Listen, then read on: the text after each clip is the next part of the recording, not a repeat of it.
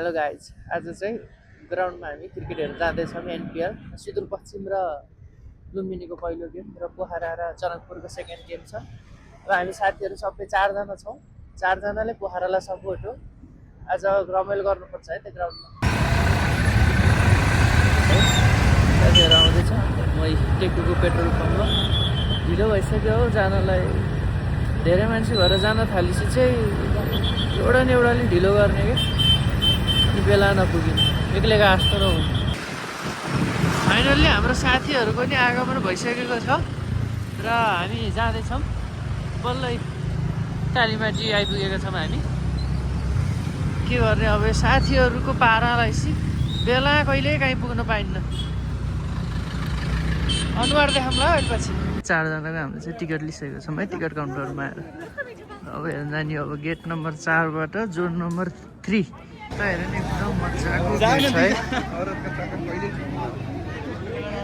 मान्छेहरू टन्न ग्यादर भइराख्नु भएको छ हेर्नलाई। लुम्बिनी र सुदूरपश्चिमको फ्यान्सहरू पहिला।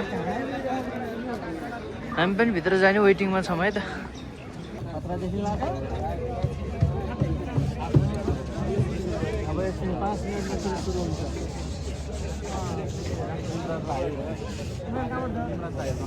आज कस्तो फिल भइरहेको थियो तिमीलाई गेम हेर्न आउँदाखेरि?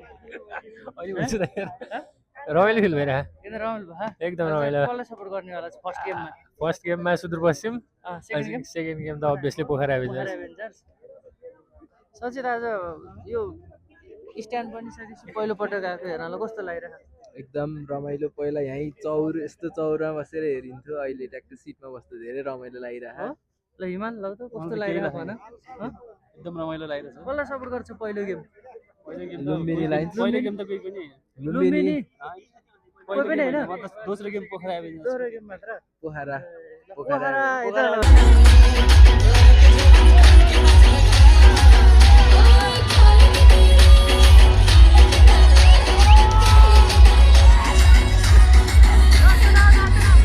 हजुर कसको फ्यान अरे?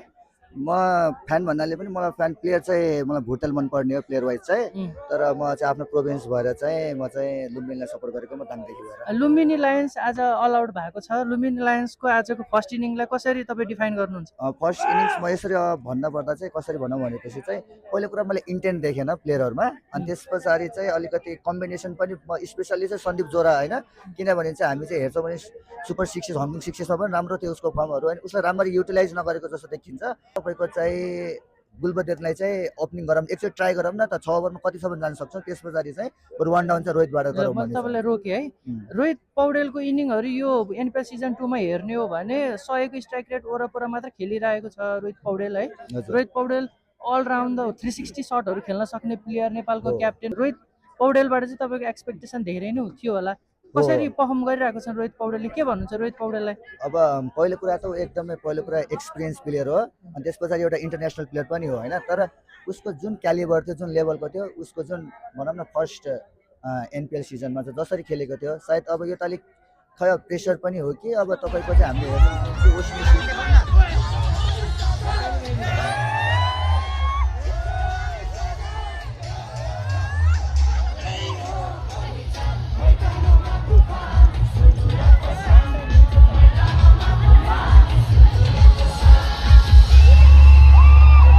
फ्यानहरूलाई पनि रमाइलो भइरह होइन माहौल के छ?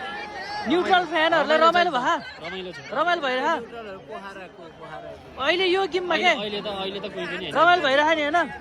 ल साथीभाइहरू सबैजना एकदम रमाउँदैछन्। यो फ्लड लाइट हालिसकेपछि पहिलोचोटि गेम हेर्न आएको मेरो साथीभाइहरू। भाइजान कस्तो छ न्युट्रल फ्यानहरूलाई?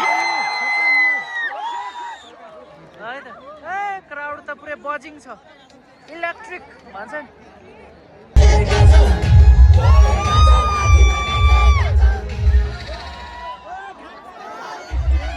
ल फाइनल्ली आज सुदूरपश्चिम रोयलले 4वटा गेम जितेको छ।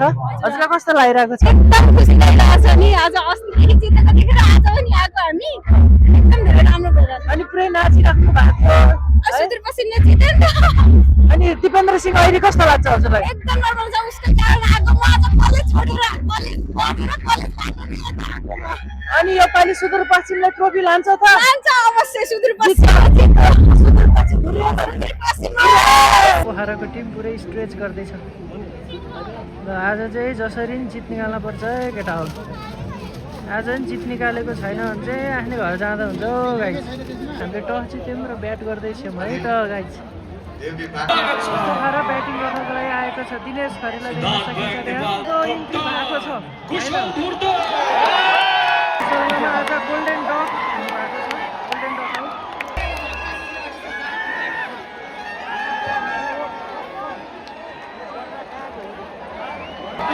मामाले विकेट लिएको छेड हो है यो सेलिब्रेसन मामाको एग्रेसन हेरौँ न aggression one of the favourite moment है यो सबैजना रातो र चन्द्र सूर्य भन्दै रमाइलो मुमेन्ट भएको